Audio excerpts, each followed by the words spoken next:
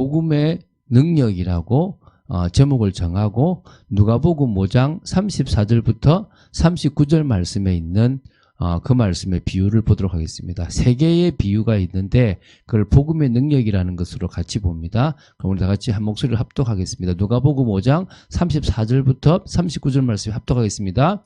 예수께서 그들에게 이르시되 혼인집 손님들이 신랑과 함께 있을 때에 너희가 그 손님으로 금식하게 할 수 있느냐?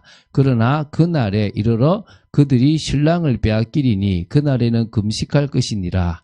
또 비유하여 이르시되 새 옷에서 한 조각을 찢어 낡은 옷에 붙이는 자가 없나니 만일 그렇게 하면 새 옷을 찢을 뿐이요 또 새 옷에서 찢은 조각이 낡은 것에 어울리지 아니하리라. 새 포도주를 낡은 가죽 부대에 넣는 자가 없나니 만일 그렇게 하면 새 포도주가 부대를 터뜨려 포도주가 쏟아지고 부대도 못 쓰게 되리라. 새 포도주는 새 부대에 넣어야 할 것이니라. 묵은 포도주를 마시고 새 것을 원하는 자가 없나니 이는 묵은 것이 좋다 함이니라. 아멘. 자, 이 비유의 말씀들을 통해서 좀 보도록 하겠습니다. 세 가지 비유가 있죠. 금식에 대한 이야기를 할 때 혼인잔치에 대한 비유를 하셨고요. 또 이게 마태복음에는 생배조각이라고 되어 있는데 낡은 옷과 새 옷에 대한 비유를 하셨고요. 그리고 포도나무, 그러니까 포도주인데 새 포도주를 새 부대에 넣어야 된다라고 하는 비유를 말씀하셨습니다. 한번 보도록 하겠습니다. 먼저 복음이 있고 복음의 능력이 있습니다. 우리는 복음도 알고 복음의 능력도 아는 그런 사람으로 서야 될 줄로 믿습니다. 제가 늘 말씀드리지만 누가 복음이 뭐냐라고 물으면 뭐 굿뉴스라고 얘기할 것이고 복음이 성경에 어디서 잘 나와 있느냐라고 여러분에게 물으시면 여러분은 무조건 로마서 1장 2절부터 4절을 말씀하십시오. 이게 복음에 대한 정의가 가장 잘 내린 겁니다. 이 복음은 하나님이 선지자들을 통하여 미리 그 아들에 관하여 약속하신 것이다 라고 얘기해요. 복음은 선지자를 통해서 구약에 약속하신 건데 이 육신적 혈통으로는 다윗의 아들로, 그러니까 다윗의 혈통으로 좀 나셨고 성결의 영으로는 죽은 자들 가운데서 부활하여 하나님의 아들로 인정되신 주 예수 그리스도가 복음입니다. 그래서 복음은 누구 얘기가 복음이라고요? 주 예수 그리스도 이야기가 복음인 겁니다. 왜 주 예수 그리스도 이야기가 복음이냐? 저주와 재앙 속에 빠져있는 인간을 구원하는 가장 확실한 길이 예수 그리스도라는 길이라는 거예요. 그분이 육신적으로는 다윗의 혈통으로 나셔야 되고 성결의 영으로는 죽은 자들 가운데 부활, 십자가에 죽고 부활하셔야 되는 하나님의 능력, 하나님의 아들로 인정되신 주 예수 그리스도라는 겁니다. 그래서 우리는 그게 복음의 정의입니다. 어떤 사람은 고린도전서 15장에 있는 것처럼 성경대로 죽으시고 성경대로 살아난 걸 복음이라 그러는데 그거는 그분이 하신 일이고 복음은 주 예수 그리스도라고 가장 정의를 잘 내린 게 로마서 1장 2절 4절입니다. 그렇게 여러분 이해하시면 됩니다. 그러면 복음의 능력은 뭐냐? 율법으로 할 수 없는 것을 했다는 거예요. 그러니까 믿기만 하면 누구든지 이 복음은 믿기만 하면 구원을 주시는 하나님의 능력이 되는 거예요. 그런 의미에서 이 복음이 뭐가 된단 말입니까? 능력이 된다는 거예요. 믿기만 하면 되는 거예요. 왜? 그 믿음에서 뭐가 나오느냐? 하나님이 인정하시는 의가 나온다는 거예요. 야, 이 대단한 거예요. 율법에서 나와야 될 의를 어디서 나오게 한단 말입니까? 복음에서 나오게 하는 거예요. 엄격히 말씀드리면 율법에서 의는 하나님하고 예수님만 나오게 할 수 있지 인간은 나오게 할 수 없습니다. 그래서 하나님이 복음을 통해서 우리에게 뭐요? 하나님의 의가 나오도록 만들어 주신 겁니다.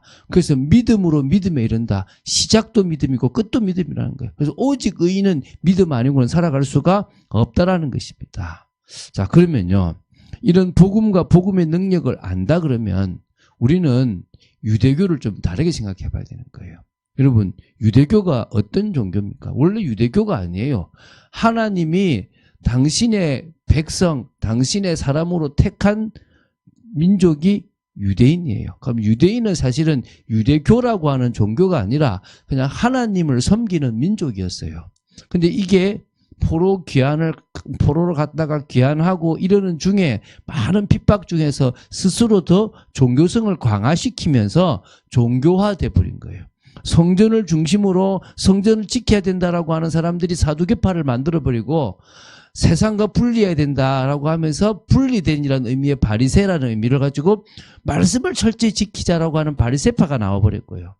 그리고 아주 경건을 따라가는 SNF가 나와버린 거예요. 그래서 어떤 의미에서는요, 율법이 아니라 율법주의에 묶여버리고 전통, 이 장로의 전통이라고 하는 여러 가지 그런 제도들을, 유전들을 만들어내서 유대교라는 어떤 틀에 딱 갇혀버린 거예요. 쉽게 생각하면 무술로 말하면 우리가 상대방을 가장 잘 제압할 수 있는 게 좋은 무술이잖아요. 그래서 뭐 태극권을 만들든 뭘 만들지 않습니까? 근데 이게 그 법칙을 만들고 1장, 2장 이렇게 만들면 그 틀에 갇혀버려요. 안 해도 될 동작들을 자꾸 하게 되는 거예요. 그게 처음엔 좋았는데 나중엔 그 틀에 갇혀버리는 거예요. 그것처럼 처음에는 좋았던 그게 나중에는 그 틀에 갇혀버리는 거예요. 뭐에 갇혔습니까? 형식주의에 갇혀버렸다는 거예요. 이 유대인들이 지금 형식주의에 갇혀가지고 제사는 열심히 지내고 절기는 열심히 지키는데 그 믿음도 빠져버리고 하나님의 말씀에 대한 순종도 빠져버린 그런 뭐요? 제사를 지키는 거예요. 그러니까 하나님 보실 때는 너희들이 지내는 제사를 나는 기뻐하지 않는다. 순종이 제사보다 낫다라고 얘기하시는 거예요. 그런 형식주의에 빠져버리는 거예요. 금식을 하는데요. 정말 하나님 앞에 회개하는 금식을 하는데 세례요한도 했고 세례요한의 이 제자들도 했거든요. 주 2회를 했어요. 계속 늘어나는 거예요. 한 번가 안 되겠다. 2번 하자. 그러면서 다 경건하게 하자고 이렇게 된 거예요. 월요일과 목요일인 거예요. 뿐만 아니라 금식일이 따로 있었어요. 속죄일도 금식일, 불임절 전날도 금식일, 예루살렘 함락을 기념한 아비벌 9일도 금식일, 또 그 외에도 수시로 금식을 하는 거예요. 남들 볼 때는 되게 금식 잘한 것처럼 보이잖아요. 근데 아무 의미가 없는 형식이에요, 형식. 장로의 유전이라는 걸 만들어 놓은 거예요. 안식일은 이렇게 해야 돼. 이혼을 할 땐 이렇게 해야 돼. 정결례를 할 때는 손을 이렇게 씻고 음식도 그냥 먹으면 안 되고 고르반이라고 하나님께 드린 걸 완전히 드려야 되고 이 유전들을 딱 만들어 좋은 거죠. 나중에는 뭐예요? 형식적인 것에 딱 치우쳐가지고 그 틀에만 안 벗어나면 된다는 식이 된 거예요. 그러다 보니 이 형식주의가 어디로 갑니까? 외식주의로 가버리는 거예요. 뭡니까? 남에게 보이려고 하는 잘못된 신앙의 모습인 거예요. 하나님 앞에 인정받는 게 중요한데 하나님은 뭔지 모르겠고 남들이 저는 기도를 잘하고 있고 저는 구제를 잘하고 있고 오른손이 하는 걸 왼손이 모르게 하라고 할 정도로요. 그 당시는요. 오른손이 하는 거를 온 동네방네 소문 다 내는 거예요. 헌금도요. 남 앞에 다 땡그랑 소리 나게끔 해가지고 저는 11조도 바치고 다 합니다. 금식할 때 이불로 조치하게 만들어가지고 내가 오늘 금식하거든. 외식하는 거예요. 여러 가지 삶 속에서요. 외식이란 외식은 다 하는 거예요. 속은 하나님에 대한 마음이 하나도 없는데 전혀 하나님이 기뻐하지 않는 딱 형식적이고 종교적인 것에 치우쳐 버린 거예요. 그러면서 이제 뭡니까? 조금 부족한 사람들은 비판하고 정죄하는 거예요. 저 세리 창녀 봐라. 그런 죄를 향해서는요, 비판과 정죄를 일삼는 겁니다. 하나님, 저는 저 세리하고 다릅니다. 저 창녀들은 쓸모없는 것들 아닙니까? 이렇게. 또 유대교에 방해되는 세력, 자기들의 이익에 방해되는 세력은요, 일부러 배척하면서 트집을 잡아서 비판하는 거예요. 이거 얼마나 안타까운 일입니까? 얼마나 귀한 복음을 가지고 엉뚱한 짓들을 하고 있다니까요. 이게 지금 하나님이 기뻐하지 않는 일인 거예요. 지금 뭐라고요? 이 사람들이 율법과 전통에 다 갇혀버렸어요. 유대인들이. 유대교가 돼버린 거죠. 그러니까 이 유대교가 뭘 못합니까? 복음의 능력을 유대교라는 틀이 담을 수가 없고 수용할 수가 없는 거예요. 율법도 안 지키는 거, 우리하고 반대되는 거, 이런 생각을 가지는 거예요. 그래서요, 왜 당신의 제자들은 금식 안 합니까?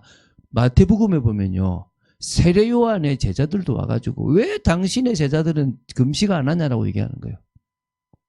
그 금식 하는 날에 와서 얘기했겠죠. 그러니까 예수님이 하신 말씀이 금식 안 해도 된다. 그 얘기를 하신 거예요. 그걸 어떻게 얘기하냐?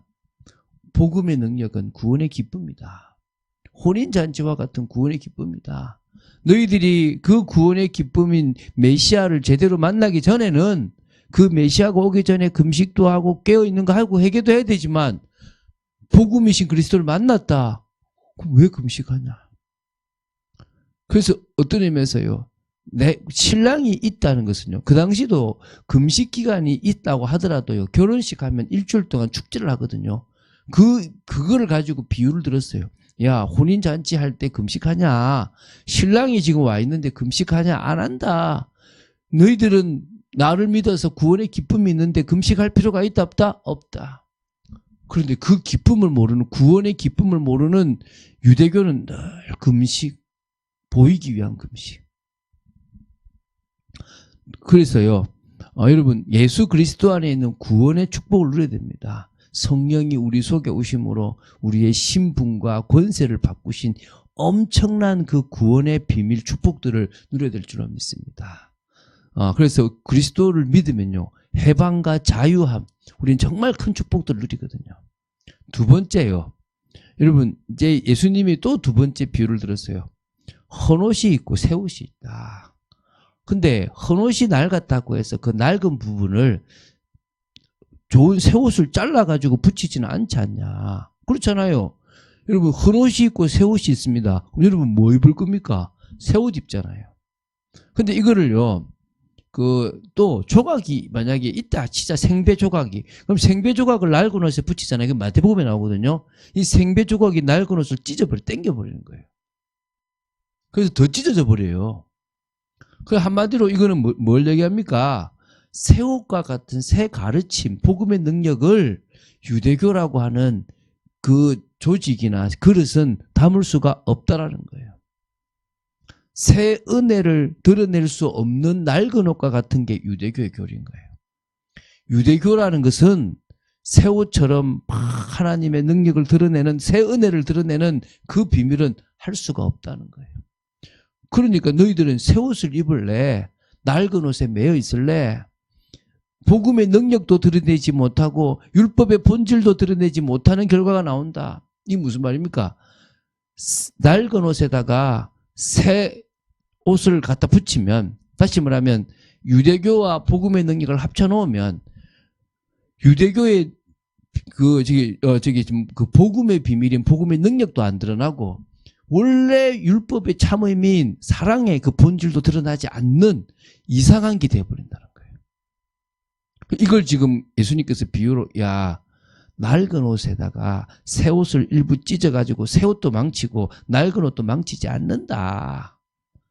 지금 나는 너희들에게 과거의 질서, 과거의 가르침이 아니라 그것을 넘어서고 더 온전히 만드는 새로운 가르침을 증가하러 왔다. 그래서 예수님의 가르침은 과거의 것을 바꿔버리는 거예요.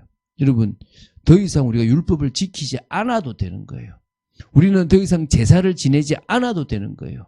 우리는 더 이상 절기를 지키지 않아도 되는 거예요. 우리는 더 이상 안식일을 지키지 않아도 되는 거예요. 이게 우리가 바뀐 거예요.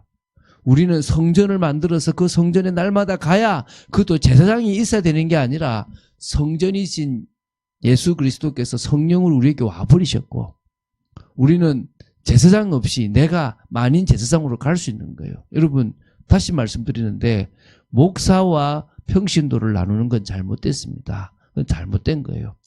목사가 아니라 전적 사역자. 여러분은 뭐요? 전문 사역자. 저는 전문 없는 주부인데요. 주부가 최고 전문가예요. 자녀 잘 키우는 전문가고 또 뭐요? 가정 잘 이끄는 전문가예요. 지금 얼마나 가정을 무너뜨리는 사람들이 많습니까? 이 시대의 주부로서 다 자녀들을 지킨다. 여러분은 최고의 전문가입니다. 속지 마세요. 세상 사람들이 보는 기준으로 집에서 만약 그러거든. 내가 집을 지키기 때문에 당신 나가서 할 수 있는 거야 라고 당당하게 말씀하셔도 되는 거예요. 나가시는 분들은 나가시는 분대로 대단한 거고 집에 있는 사람은 집에 있는 사람도 대단한 거예요. 저는요, 정말 여자분이 남편을 내조하는 부분 통해서 남편이 살아나는 것들을 참 많이 보거든요. 돕는 배필이 참 중요하거든요. 세 번째는 새 포도주와 같은 이 복음을 담을 새 부대인 교회에 대한 설명하는 거예요. 이게 무슨 말입니까? 묵은 포도주는 어떤 뭡니까? 전통이에요. 그 전통을 원하는 사람들의 생각이 틀려요. 묵은 게 낫지, 오래된 게 낫지, 구간이 명간이야. 예, 그런 것도 있습니다. 오래된 어떤 전통도 필요합니다. 그러나 그 오래된 것이 복음의 능력을 담을 수 없다면 다 버려야 돼요. 오히려 터져버리는 거예요.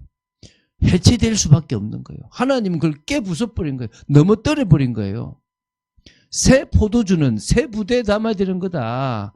새 포도주를, 새 복음의 이 비밀을 가르침을 과거 낡은 부대에다가 담아버리면, 그릇에 담아버리면 부대가 상해져 버리고 이 포도주도 상해버린다, 다 날려버린다는 거예요. 새 포도주와 같은 복음의 능력을 담을 것은 주님이 세우신 교회라는 그릇이에요. 그래서 교회 공동체가 있는 거잖아요.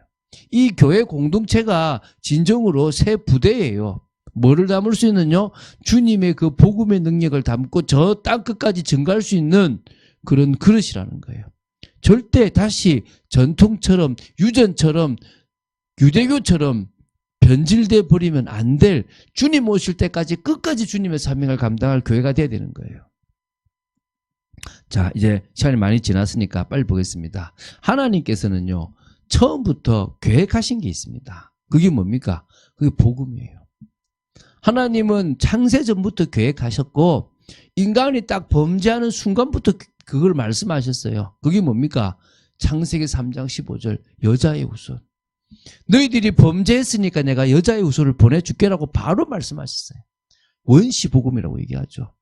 근데 그 설명이 부족하니까 말세로 망할 때, 다시 말하면 홍수로 세상을 심판할 때 방주 안에 들어가면 살듯이 앞으로 정말 세상이 종말이 이를 때 그리스도 안에 들어가면 사는 겁니다. 그리스도 믿으면.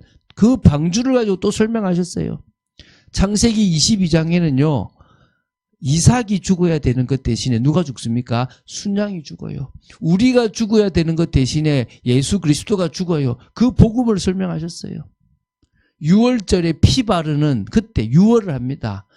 애굽의 노예가 돼서 멸망해야 되고 다 죽어야 되는데, 재앙이 임해야 되는데 피 바르는, 예수 그리스도처럼 그 십자가의 피를 믿는 것처럼 피 바르면요 6월 넘어가겠다는 거예요. 이사야 7장 14절에 처녀가 잉태하여 아들을 낳으리니 그 이름을 임마누엘, 진정으로 우리와 함께 하실 임마누엘이 주님이 오시면 끝나는 거예요. 하나님께서는 처음부터 이 복음을 계획하셨어요. 근데 이 복음을 못 알아들을 거라고 생각하고 율법을 주셨어요. 왜 율법을 주셨습니까? 율법을 주신 이유가 로마서에 3가지 나와요. 로마서 3장 19절부터 20절에 뭐가 나옵니까? 다 입을 막아요. 조용히 해. 너 할 말 없어. 너희들은 죄인이야. 너희들은 멸망받아야 돼. 죄를 깨닫게 하려고 복음을 주셨어요. 여러분, 어떤 사람들이 있냐 그러면요, 믿는다고 돼? 자기 노력 안 하고 믿어? 그런 무식한 게 어디 있어 얘기해요. 그런 사람은 율법을 딱 갖다 대봐야 돼요. 아, 내가 입이 딱 막히네. 아, 내가 죄인이네. 내가 할 수 있는 게 없네. 내가 아무리 율법을 지키고 뭘 해도 내 원죄는 해결되지 않는구나. 그게 율법을 주신 첫 번째 목적이에요. 21절에는요. 선지자와 이 율법이 복음을 증거해요. 그래서요. 율법의 두 번째 목적은 복음이에요. 자, 여러분, 내가 죄를 지었어요. 그럼 구약에 뭐 필요하죠? 율법을 어겼으니까 피제사가 필요하잖아요. 매번 피제사, 그 피제사가 누구를 의미하죠? 복음이신 예수 그리스도를 의미합니다. 그러면 율법은 계속 너는 피가 필요해, 넌 피가 필요해, 너는 피제사를 드려야 되는 계속 얘기한 거예요. 세 번째, 로마서 7장 13절 14절 보면요, 이 계명으로 죄를 죄되게 만들었어요. 아, 내 속에 얘가 예수 믿고도 여전히 난 죄의 본성이 있구나. 난 그래서 예수 그리스도 의지하지 않으면 안 되는구나. 복음은 믿을 때만 필요한 게 아니라 일평생 내가 붙잡고 가야 될 거구나. 이게요, 율법을 주신 목적이에요. 그러니까 하나님은 유대교를 만들려고 율법을 주신 게 아니라 복음이신, 복음의 능력, 정말 새롭게 만들 새 가르침을 주시려고 율법을 주시는데, 그들은 뭐요? 자기 의에 빠져서 유대교를 빠져버린 거예요. 여러분, 복음의 능력은요, 예수 그리스도를 믿는 모든 사람을 구원할 수 있는 하나님의 능력입니다.